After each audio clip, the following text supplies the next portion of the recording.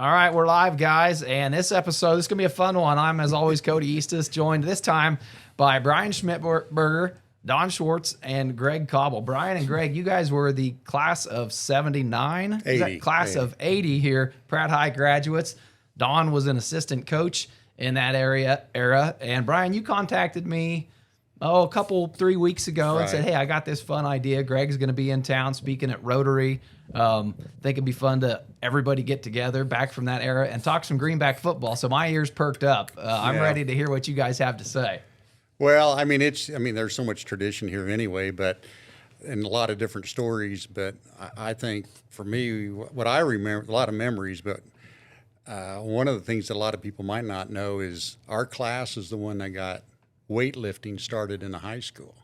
Because back then, the only people that weightlifted was, remember, Nebraska would always put those kids through there, and they'd go in real skinny and come out real strong, and that's back when weightlifting and like Arnold Schwarzenegger and Lou Ferrigno and all those guys were lifting weights, and we didn't have a weightlifting program at the high school.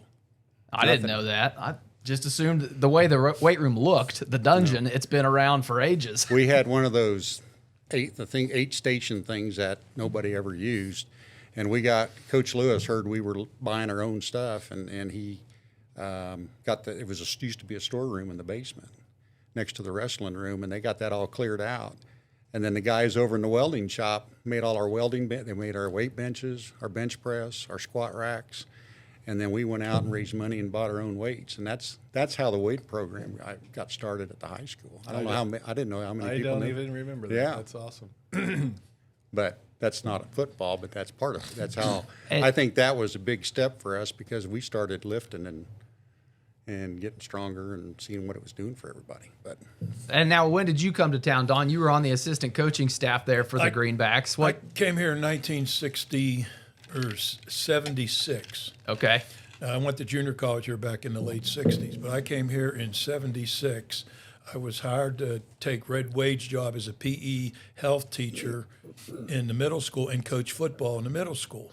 Well, Jim Lewis, who was the high school coach at that time, knew I played football in college, and he wanted me to come over and be an assistant at the high school. And you weren't allowed to coach in the high school in any sport unless you taught there. And I kind of broke the mold, because I said, well, if you know me, I'm going to go to the junior college, because they wanted me to coach out there. So they let me go over to the high school and be an assistant football coach. Jack Ewing followed me to be the tennis coach, and it opened up the floodgates.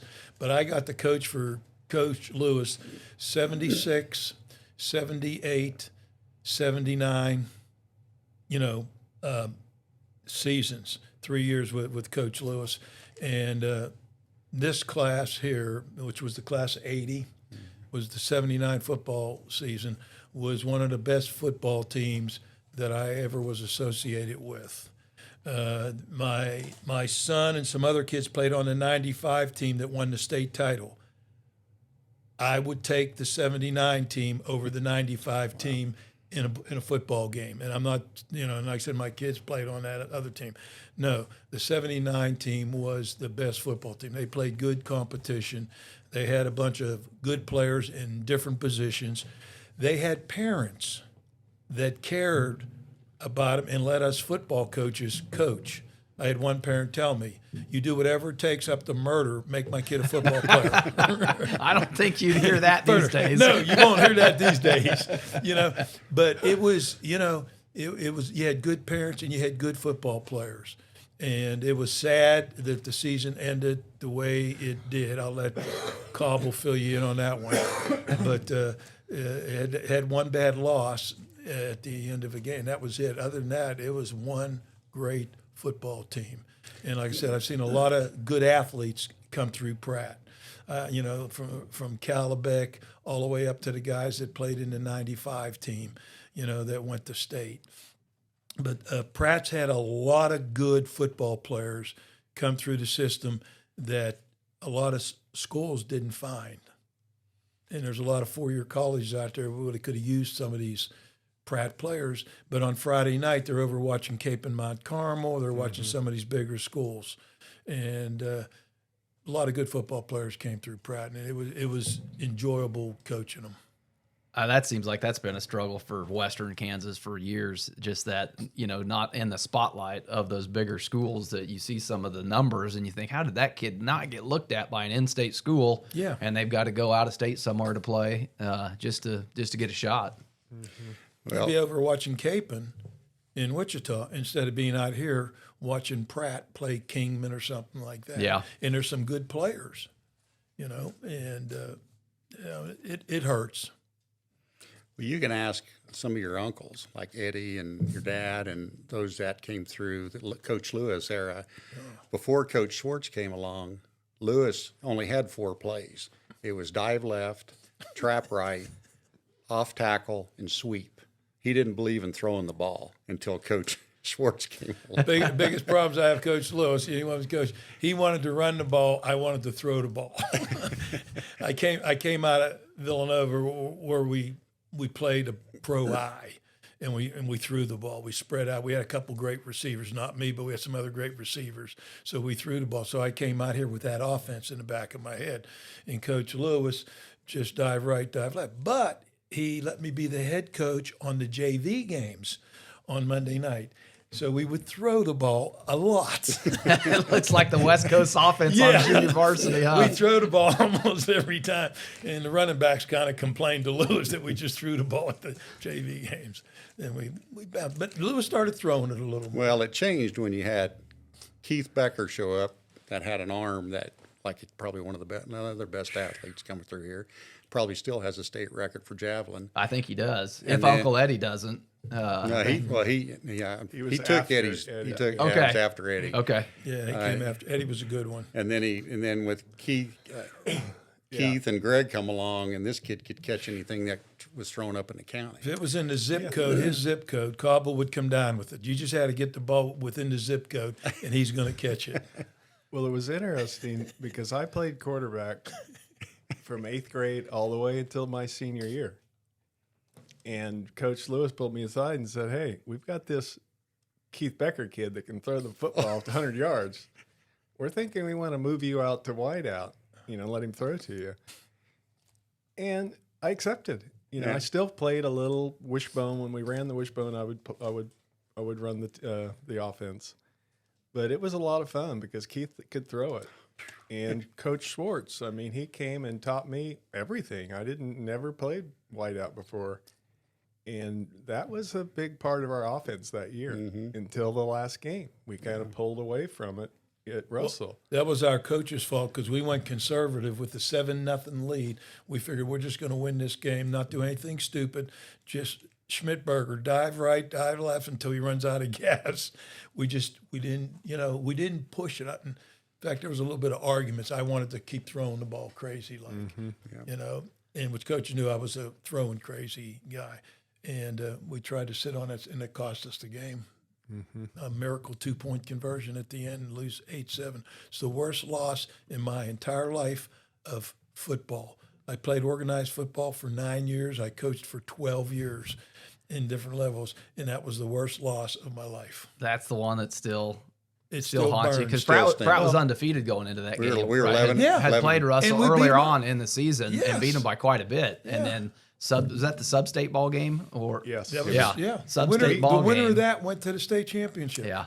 And we planned to win. We knew we were going to win. Yeah. And that's really what made it hurt.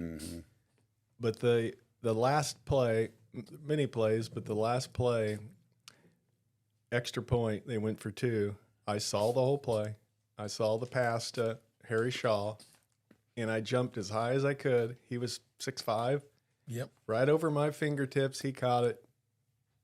Game not over yet, but that was the difference. Yeah. But I was telling the guys earlier, I got my redemption on Harry Shaw. First job out of college. Came down to an interview with 2 people, me and Harry Shaw. I got the job. What are the odds of that? Payback. Didn't help the team any, but it made Greg feel better. Yeah, that's great. I wanted the offense, that you talked about with Coach Lewis only having the 4 plays. Was that pretty standard for 70s era football around the state, or was that just Jim Lewis and Greenback football, or was nobody throwing the ball back then? People didn't throw too much. Probably Cape and Mount Carmel. That was the first time I should really put the ball up in the, put it up in the air.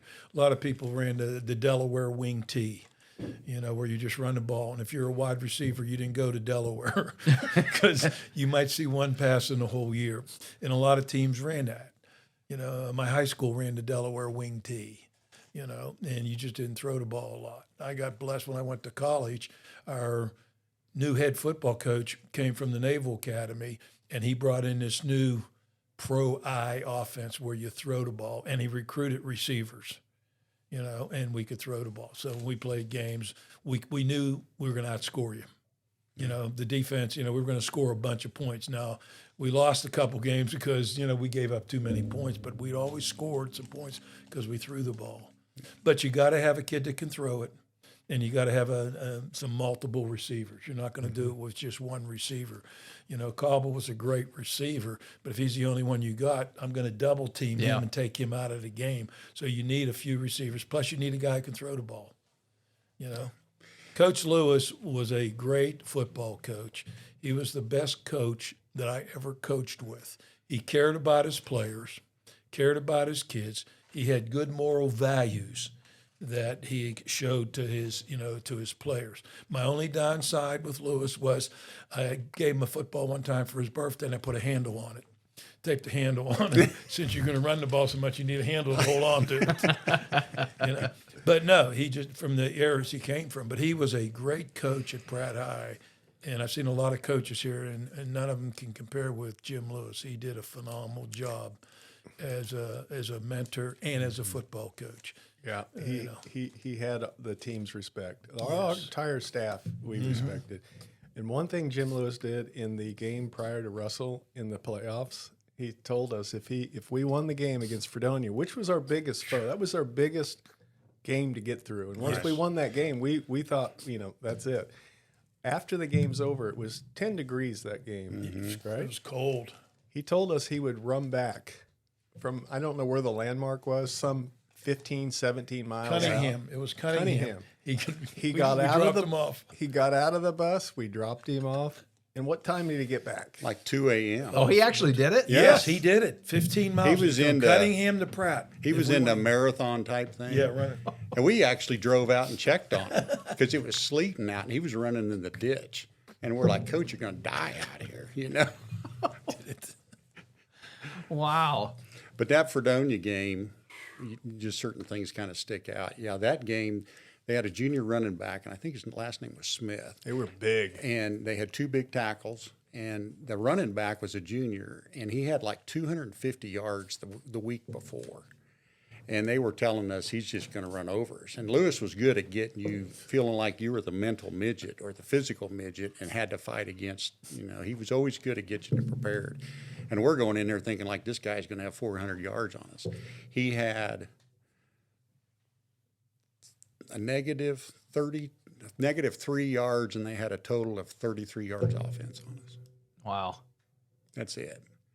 And you start talking about thinking back, and I look at some stats and stuff that stick in my mind, is people ask, well, why were you good or who was good? And I said the team was good, but you looked at, we didn't have really too many superstars. We just had about 15 guys that could play.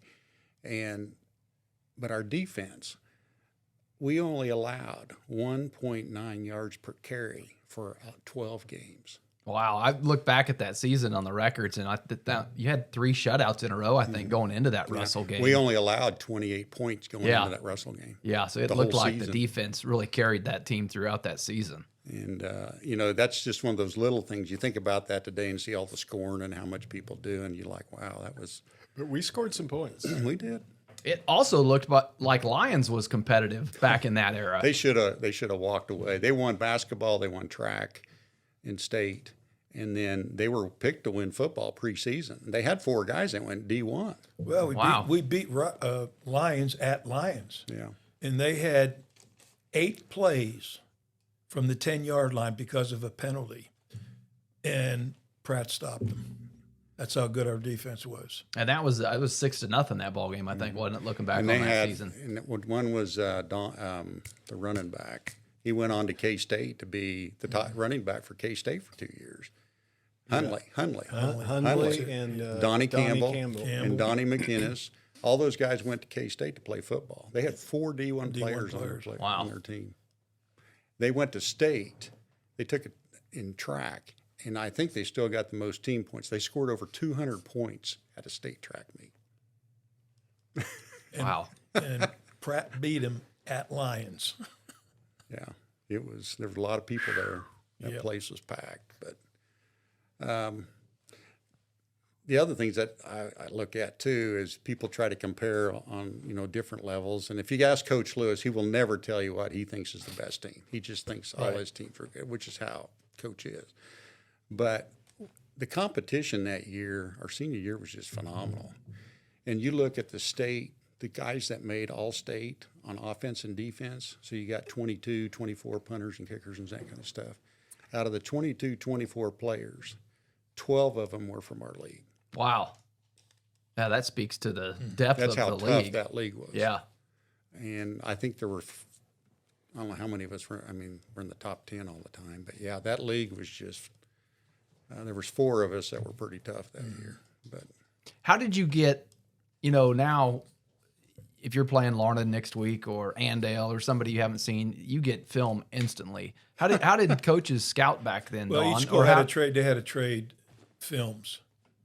They give us a film, we give them a film. Meet them halfway on the road or something, and swap films. And you always traded films, and it usually was of your last game. You would trade film with. Okay. But you got to remember, it was And then in some cases, 16 millimeter. yeah, I remember Coach sent me to Cape and Mount Carmel to watch a game. Me and another. So you coach. just go scout live We in just went to person. see live, a game. You could do that if you wanted to, but you had to exchange films. In a lot of schools, because of the distance and stuff, they did, so they exchanged films. So they had to give you a film, you gave them a film, and it usually was of your last game. Okay. Didn't Dad fly you to get one? Yes. Yeah, to pick up Fredonia. the film. I forget where your dad did, but he flew me somewhere to pick up a game Yeah, I film remember of that. a team we were going to play. And I think we were going to play Fredonia or something. Yeah. And Mr. Schmidtberger flew me to go get it. Yeah. But you got to remember, this is reel to reel. That was it 8 millimeter, 16 Something, yeah, 8 millimeter. Yeah. millimeter. Yeah, nothing like you have today. Modern technology. You always had to reverse the machine back and forth and watch stuff. But, that's another thing, that's Brian saying. This 78, 79 football teams had good parents. They had parents that cared. They came to the game. They didn't get on us because we kept the kids 10 minutes over practice time. Yeah. Or whatever. You had parents that care. And you knew the kids weren't going to be out roaming the streets at night and stuff like that because the parents, cared about them. That makes a big difference, having parents at home that care about you. And that, because we, as coaches, we said, we got a good group of parents. And that's why we have a good group of kids that can play and aren't breaking the rules, And that helps. How long did you coach for, Don? What was your last season? I coached 3 years Okay. with Jim Lewis, and then I applied for the job because Lewis left. That was his last year, your senior year, right? Brian and Greg, that was... Yeah, he left. That was a good time to leave. That was a great team. But he left, and I applied for the job. Don Fisher applied for the job, who I believe should have got the job. But I think the two of us canceled each other out. And that was when Rich Anderson And came then in. Rich Anderson came in, and I told the superintendent, he maybe before he picked somebody, would you stay coach for the new coach no matter who it is? And I gave my word I would. So I stayed 1 year, and I coached with Rich Anderson. And it wasn't good for me. It wasn't good. It wasn't anything close to Coach Lewis. Things that he did, he wasn't a good role model for the kid. And the junior college offered me a job. They knew I wasn't real happy down here, so I left. And then went to the junior college and spent the next 28 years there at the college working. Yeah. But I'd say to this day, Jim Lewis was the best high school football coach that Pratt had. As a person, as a role model, everything, other than he didn't throw the ball enough. But Greg went on to play. Greg, you play at Pitt State, is that State. correct? After Pratt, you went on to Pitt State. Then you play all 4 years there at Pitt State, or what was your career like there at Pitt State? I did. I played 4 years. Second, didn't play much freshman year. Had a good receiver ahead of me, Gene Weinberg. second year, played a little, same thing. Wayneburg was still there. Second in the nation that year. And then my years were junior and senior year. Okay. Of course, my junior year, we lost our coach. So we inherited a new coach. He was our defensive coordinator. We didn't have the winning record that the previous seasons had, but I had 2 good seasons at Pitt State. You were all conference. All conference those 2 seasons. And then MVP of the team that we forgot to mention earlier today, it was co-MVP with Sam Pittman. Sam Pittman. Now, tell me who that is. I don't know that name. He's the head coach at Arkansas. Okay. I didn't know that. Huh. Yeah. He's a head coach. He was at Tennessee, offensive line coach, but last 2 seasons he's been at Arkansas. So what did he play at Pitt? Defensive end. So we shared the MVP. Honor. Yeah. What was the transition like back in the late 70s, early 80s from going from Pratt High school football to 4-year It's Pitt amazing. State football? Amazing the difference. You know, think about it. The best of all these small towns in Kansas, the top of the team, each team would end up at a college, and it was very, very competitive. Nothing, not the in D1, and that's a whole nother level. But still, it's a big jump. But Pitt, my dad won the championship there in '57, and Pittsburgh is a football town, and so it was fun to just play on a winning team. Greg's dad, Carroll Cobble, I knew him well, and he played in the military. He played at Pittsburgh, was a phenomenal. I never worried about Greg breaking the training rules or anything like that, because I knew his mom and dad would make sure he toed the line to be a good athlete, and he did.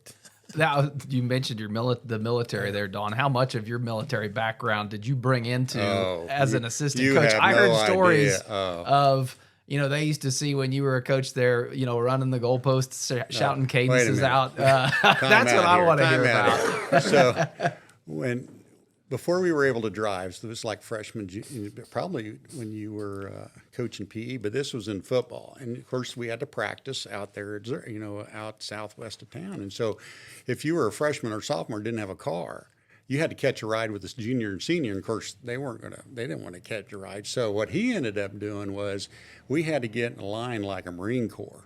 And we sang, platoon formation. We did cadences. I want to be a football player, not a little girly watcher. I can still remember those. And we're out here, and we're running down like a boot camp, and here we come in, marching in, chanting these silly songs. And It made it interesting for them to go from the school to the practice field. Yeah. We looked for a ride every time we could. We'd pay somebody to catch a ride so we didn't have to dedicate. Yeah, if we had video of some of Coach's motivational halftime speeches, legendary. Yeah. I mean, something we as kids had never seen before. Yeah. I mean, and it motivates you. Yeah. To get out I of remember particularly of Caping game at their place our sophomore year, my brother's senior year. Yep. And I don't know how that did we almost won that game. Yeah, we did. Yeah, almost. but it was close. I mean, they were way better. I mean, D1 players like crazy. We were within a score of winning it. The coach did. He had a little halftime pep talk. I think he was climbing the cage. He was climbing the locker room, and it was motivation to get out of the locker room. But Coach here along with Lewis, they both made such a big impact on our lives growing up, and that Greg and I always talk about. We're who we are today because of these guys. Yeah. They just made such a huge impact. I was the same way. I was molded by my high school football coaches. I had good coaches that, they kicked off the starting tight end because they had a no smoking rule, and somebody caught him, and we came from different neighborhoods, caught him smoking at the Dairy Queen a cigarette, and he was their starting tight end, and they kicked him off the team. Well, and I was a freshman then. I went, whoa. If they'll do that, and they just had certain rules. You didn't do this and do that. Well, we had a pact on our team that nobody was going to do anything outside of training. Mm-hmm. And one of the guys got busted. And I remember Coach Lewis gave me and a couple of other guys hall passes and got him out of class. And they said, you take him down to that locker room and you make sure that guy never does this again during the season. And, I mean, that's how it was. I mean, that was the rules. And he says, you take care of your own. And we went in there, and he never did it again the rest of the season. But, I mean, that's just, you just looked out for each other. Just self-policed. Yeah. Team-led leadership. That made it a lot easy for us coaches, the fact that you had good players, supervising the guys that were a little shaky. We knew we didn't have to worry about it because we had players that were going to, watch. Who else was on that coaching staff with you? You, and then head coach Jim Lewis. Yeah, Jim Lewis. Fisher. And Voos. Don Fisher and Foos. Yeah. Don Fisher was he was coach here for years. He was ahead of me. And then Carney came back. Yeah, and Carney came.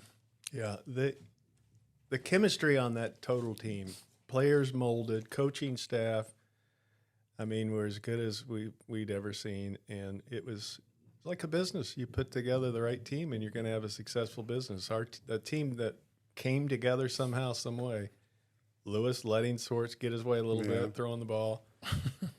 Me getting really, it was special. It was special, and that's why it made it so disappointing. And I shouldn't have played. We had we had another guy with an eye that, Brian got shot with a shotgun.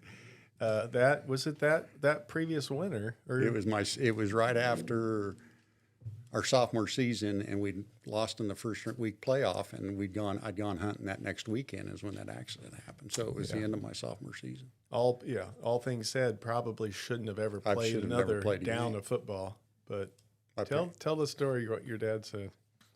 Well, I mean, so I had an injury. It was in a hunting accident, and what happened, we didn't have plastic lenses back then. We had glass lenses, and those big old teardrop things you used to wear back in those old days. Well, when the pellets came in, one of them shattered this lens and shot glass in my eye. So I had glass embedded in the back of my eye, and I lost part of my vision. And so the doctors went in and they did a whole bunch of stuff, and I didn't play basketball my sophomore year, so I never came back to play basketball again. And was an okay basketball player, but and went out for golf for spring because they didn't want me running track. And so things kind of healed, and I was able to wear a contact, and when I got a contact, and I could see almost 100% vision. Without it, I was like 2600. And so anyway, so it all worked out, but I still had glass embedded in the back of my muscle of my eyes, and the doctor said, we're going to do more damage to go get it. We're just going to leave it. It's not going to hurt anything.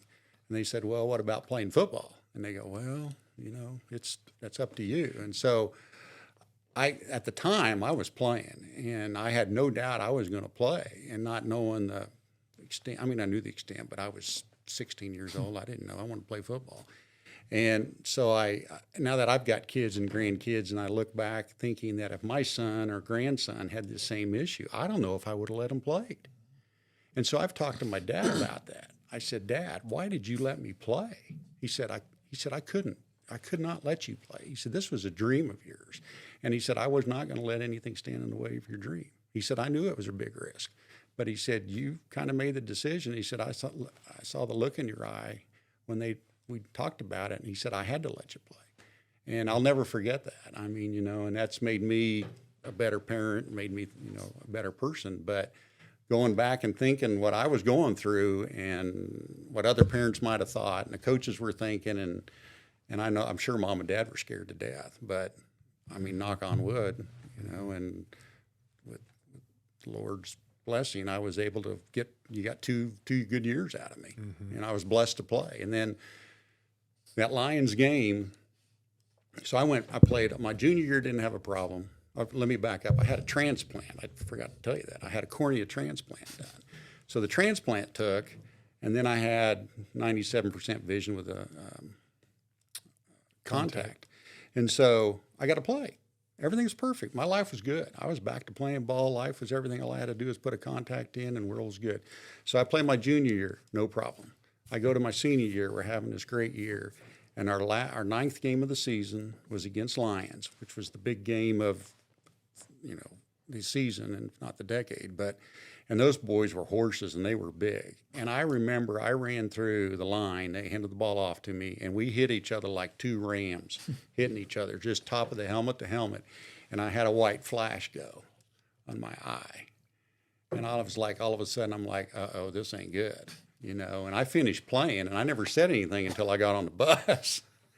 And so then everybody was getting nervous. And anyway, long story short, I missed the next game against Chaparral, which you guys won without any problem. But then I got to come back to play Fredonia and Russell, and God knows I probably shouldn't have played those two games.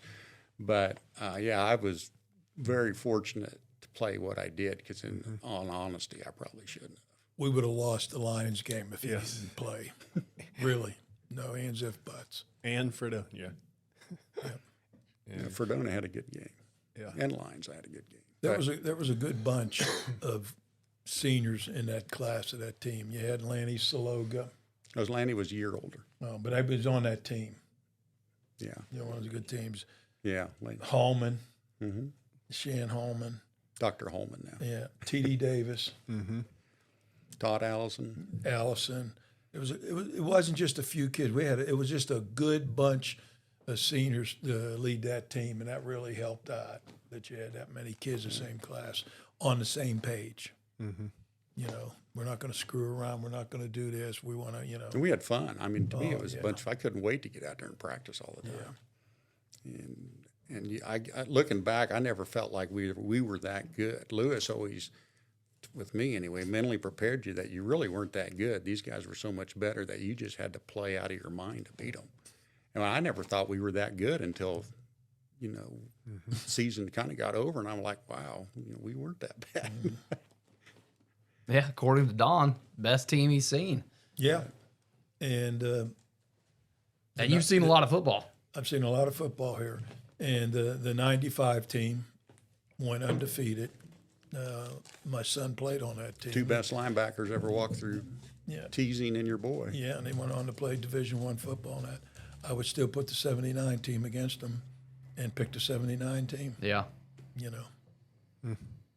Now, there was an Eastus on both of the teams. Yeah, there was. So common denominator there. Yeah. It wasn't me. Anybody listening, it was my older brother. It wasn't me, so I'm not going to take credit for that. But we did get to play with, is Eddie your uncle? Yeah. Yeah, Eddie was in Jeff's class, and he was quarterback. Yep. And you kind of relate to him, you know, to different figures, sports figures. And we were talking about this earlier. Eddie was Mr. Cool in the huddle. He was the quarterback. And no matter the situation, you'd get into that huddle, and Eddie could just calm you down. He was like a Joe Montana. It was like, you know, hey, we're just out here having fun, guys. Let's go have some fun. He was one of the best leaders of a team that I've ever been around that just kept everybody kind of in check. I would double that he was as a coach. He was a good leader of the team. He knew the game. Besides being smart. a good quarterback, he was a good leader, and you need that in a quarterback. Pratt's had a lot of quarterbacks that weren't leaders. Yeah. They had, you know, they could throw the ball, they could do that. I don't want to mention any names, but, you know, Eddie was a good leader besides being a good quarterback. So as coaches, we were blessed to have him as a quarterback out there on the field. Yeah, that was our sophomore. We learned a lot from that. Eddie threw the ball a fair amount. Yeah, because he had Kevin Becker to catch it. You know? But if you want to tell some football stories, and we were talking about concussion protocol and like how many he's had, and I don't know how many you've had, and I know how many I've had. But our senior year, we went to play Hoisington, and Hoisington weren't the best sportsmen back then. I don't know what they're like now, and they knew they were in for trouble because we were coming to play them. They knew we were good. Well, they didn't water their field for like a week, and it was like cement. Okay, and they, for whatever reason, they thought that would come to their advantage, and it was like playing out in a parking lot, in a concrete parking lot. And I remember I had gone up, and whatever happened, I got tackled, and I remember I got slammed down, and the back of my head hit the ground, and I get up, and I'm dazed. And I go walking over to the huddle, and, you know, those days, you know, we held our hands, and I go over to the huddle, and I'm trying to grab hands, and nobody's grabbing my hand, and I feel this tap on the back of the shoulder, and it was the official. He goes, your huddle's over there. Did they take you out? Nope. They just handed you the ball off and said to go again. But there are times when, I should have been pulled. There were just things happen like that you just look back on and going, man, there's no way I should have kept playing. Yeah, I have those stories. How much of it from your guys' era, you mentioned that, or, you have the sentiment that, football now isn't what it used to be, and a lot of people, every generation, they look previously, but how much of a positive is that though, where you're like, man, they should have taken us out of the game, or I don't know if I would have let my son play with an eye injury like that, or how much of the change that has evolved is for the positive in your eyes? There's a lot. I know I had concussions in college playing football. I had a concussion at Boston College in the first half. I played the second half because I answered one question right in the locker room at halftime. And I got to play. And it happened a couple times. Nowadays, you'd be out for a week, and I think that's good. Yeah. To have those rules. But back then, there wasn't those rules that if you had, they call it the concussion protocol. You see it on TV when you're watching a game. Yeah. Of that. But back then, to get somebody to play, you just had to tell them where you were or tell them this or that, and you could play. And like I said, I had a few concussions in college and never missed a game. Yeah. Now, and I agree, you need to sit out, if you have an injury like that. And I would go back to Pitt State homecomings with my dad. He played on the 57 team, and you should hear those stories. Yeah. I don't know that they had face masks, and they would tell some brutal stories. And then next generation, not as good, but it's totally necessary. I remember many times as quarterback going to the line of scrimmage, seeing double vision, and I'm lined up under the guard instead of the center, and just trying to get but you just played. Yeah. Unless you were completely knocked out, you just stayed in the game. It's good that they've changed the rules and trying to make the game safer, just like the equipment has improved so much. The face masks, the helmets. How you tackle now and how you block. The game's improved. The equipment's improved. The thing bothers me about Pratt is that there's a lot of good athletes that don't get noticed, that could go on to the next level in playing. It's just because they're in a small town in western Kansas, they don't get seen as much as these kids in these big major cities where these schools are. And, the recruiting, it just doesn't happen out here. Yeah. The schools, these universities, and that they send scouts out and they go to the biggest game that has the most college player potentials, and that's where they go. Small school in western Kansas is not going to have it. Now, when Cape and Mount Carmel played here, I remember sitting in the stands, and there was a couple college scouts there. They were looking at Bushka or somebody like that was playing for Cape. But when they come... Who went to play for Notre Dame. Yeah, play for Notre Dame. They get seen. So, go ahead. I got seen in college because they came to see the quarterback. And I happened to have a good game that night. I got noticed, got lucky.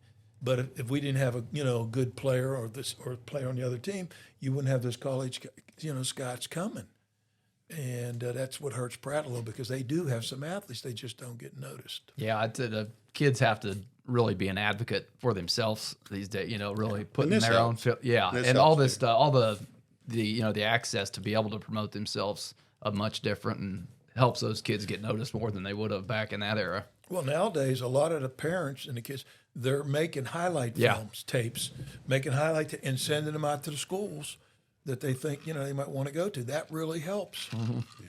He keeps talking about that, the Capon team. Well, Coach Lewis and Coach Crewell, for some reason, they had a 2-year contract to play. They were going to play here once, and we were going to play over Wichita once. And it would have been Eddie's junior year, I think, because it was Brian Horn's senior year. And that's the year they had a couple of Bushka boys. They were ranked in the nation in the top 25. Capon was that, not in the state. They were ranked in the nation in the top 25. And they had one guy go on to nose guard to Oklahoma. He was All-American. Had a kid go to USC. Had him go to Notre Dame. I mean, one of them went to Purdue. they were phenomenal, and they came here and they beat us up pretty bad. But Crewell called off the dogs in the second half and didn't make it as bad. And so when we were freshmen and we weren't suiting up then, of course, but so when we went and played them that next year, and Greg and I were playing as sophomores, we were like scared to death because this was, after seeing what happened the year before, and then Coach gave his motivational speech at halftime, kind of got us in gear. But yeah, we knew we could play with them. From You the first guys snap. stepped it up, and you played football at their level. Yeah, You Yeah, know, my older brother had a game, that game. yeah. Now, your older brother was Jeff, Jeff, right? yeah. And I see that name I see the Cobble name when I look through that PHS all-time record book. That name pops up in there a few times. Wide receiver, I think. That's it. He was, Receptions. that would he was be- a fullback and linebacker. Yeah. Okay, well, maybe it Fullback, was. linebacker. It's Greg. Okay. He was the defensive back. Okay. He might still have the interception record. I I think, was yeah. actually recruited as a D-back, but I got to Pitt State and my neck had a pinched nerve, so I moved to wideout. Yeah. That was more of a natural position, D-back. Yeah, but yeah, he might. You were real good at both positions. He just had a nose for the ball. Once the ball was in the air, Greg was there. But Yep. he probably still have the interception record here in town. I would think pretty close. Yeah. I thought it was 9, but I stood to be corrected. How many is it? I'm not sure. No, you said it. It's 11. Oh. Yeah, 11 does sound right.